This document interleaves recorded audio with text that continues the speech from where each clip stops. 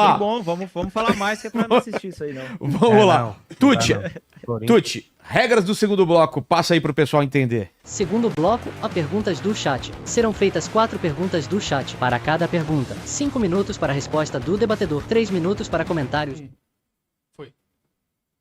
Foi. Voltando comigo aqui, certo, Tuti? Selecionou perguntas aí? Manda a primeira. Selecionei, ó. Vamos lá. Tem uma primeira aqui, ó, do Kaique Ramos.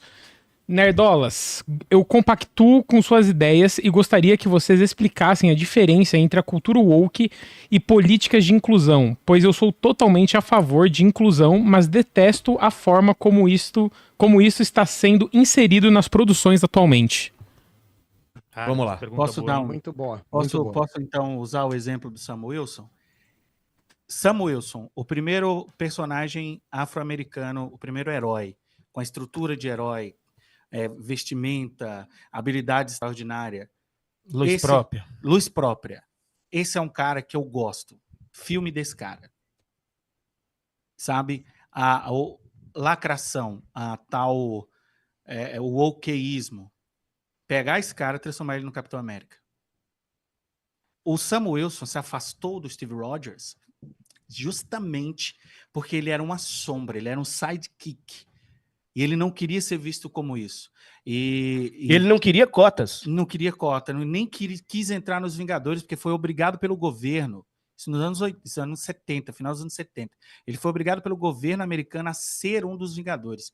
E ele só se tornou porque o Steve Rogers, o amigo e mentor dele, pediu, ok? Então, esse personagem, ele tem um sentido. E voltando àquilo que o Wagner tinha falado, o Sam Wilson era um cara que foi criado para trazer essa união entre os povos, ok?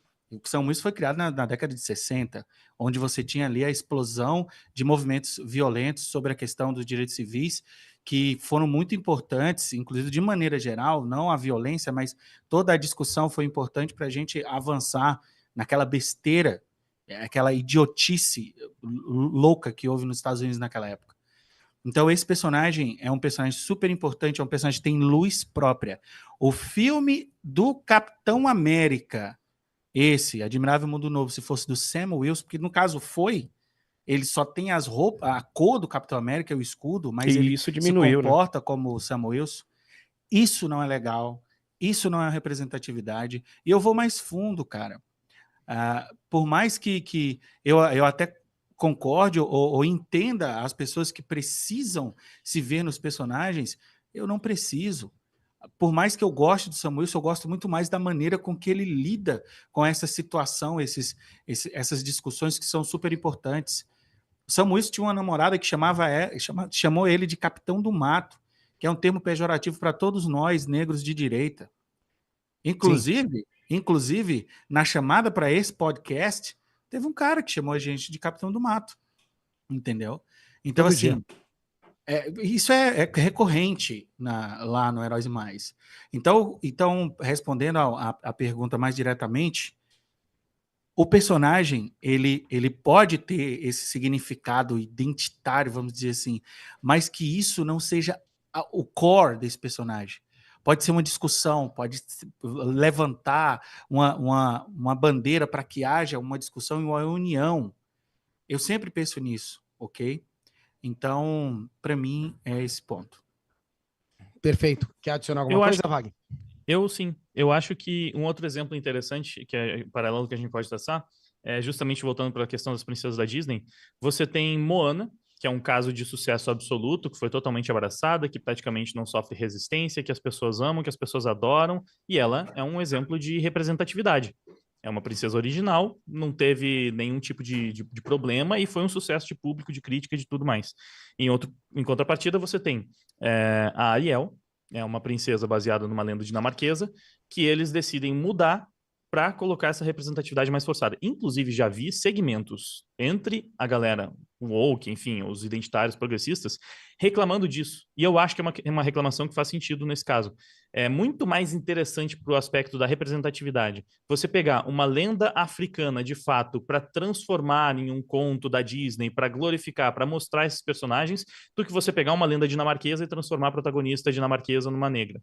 Então tem também militantes que reclamam desse tipo de atitude. Até porque esse é o tipo de coisa que gera mais essa divisão, que faz com que os ânimos fiquem, né, exaltados, e muitas pessoas defendem, mas muitas pessoas também rejeitam isso. Porque você está pegando uma coisa que já existe e você está descaracterizando completamente. Quando você pode ir pelo caminho da inclusão, que a gente já viu que funciona.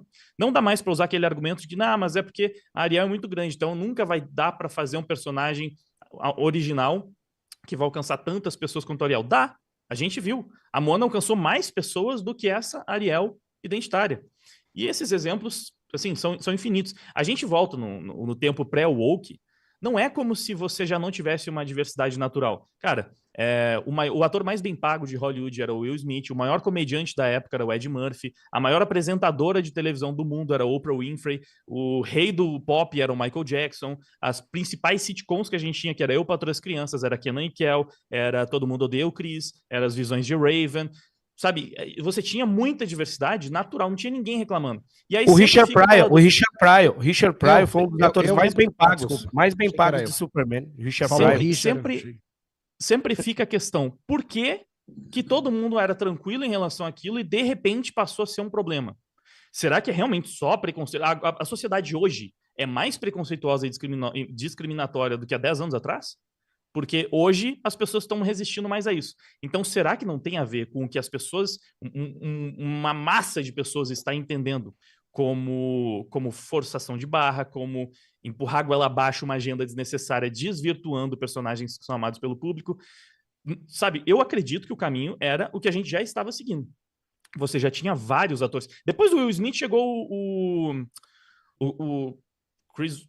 Não é o Chris Rock, é o outro com o Rock, que é o Adão Negro agora, que fez o último. É, The o Rock. The Rock. É o Dwayne The Rock. Johnson, Era só Dwayne Johnson. a Rock. The Rock. Só o Rock. Depois, o The Rock se tornou o ator mais rentável dos Estados Unidos. Ele também não é branco, não é visto como branco. Não lembro qual que é a origem exatamente do The Rock, mas é um outro ator não branco, se tornou também o ator mais bem pago. Nas séries, a atriz mais bem paga era uma atriz latina. Vergara, alguma coisa assim, o nome dessa atriz. Não acompanho tantas séries. Então, assim, você já tinha esse fenômeno acontecendo sem precisar desse movimento. O que eu vejo é que o movimento radicalizou, criou cisões, fez com que as pessoas rejeitassem muito mais essas pautas, e, inclusive, isso tudo é mostrado em números através da matéria da The Economist. Mostrou que houveram picos, o Paulo Peixoto ele até citou, o negócio do BLM quando explodiu e o negócio do Me Too quando explodiu, foram os picos onde mais se falava sobre os termos e tudo isso estava em voga em todo o debate cultural.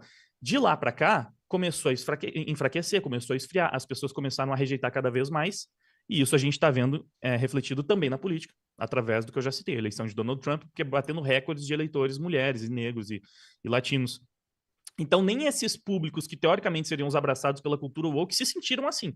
Uhum. Portanto, eles passaram a votar num cara que teoricamente representaria todo o mal, né? Segundo a visão dessas pessoas. Essa, para mim, é a grande diferença entre inclusão e lacração. Sim, eram 5 minutos. Não, a gente eram 5 se fossem sozinhos. E tá aumentando pra 10. Eu ainda não aprendi a ver o timer. Mas tudo bem. tem 2 minutos e meio ainda. Então, a diferença é muito simples, né? Só concluindo, os meninos já falaram tudo, mas basicamente a diferença entre uma política de inclusão, na minha visão, né, que seja válida e que faça sentido na tela, é o seguinte, cara, se você quer uma inclusão, se você quer representatividade, é necessário que novos personagens sejam criados. Não tem muitas vias alternativas para isso.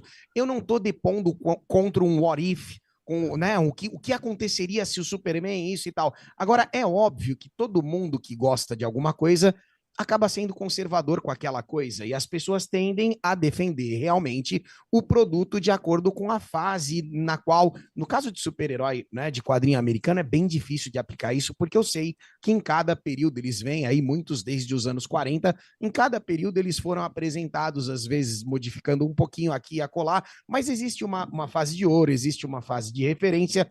Não tem muitos caminhos. Se você trocou a etnia, a sexualidade de um personagem por motivo político, na nossa visão é lacração. Se você gostaria de uma inclusão de qualidade bem feita, poxa vida, o meu super-herói não, meu personagem de quadrinhos favorito é o Spawn.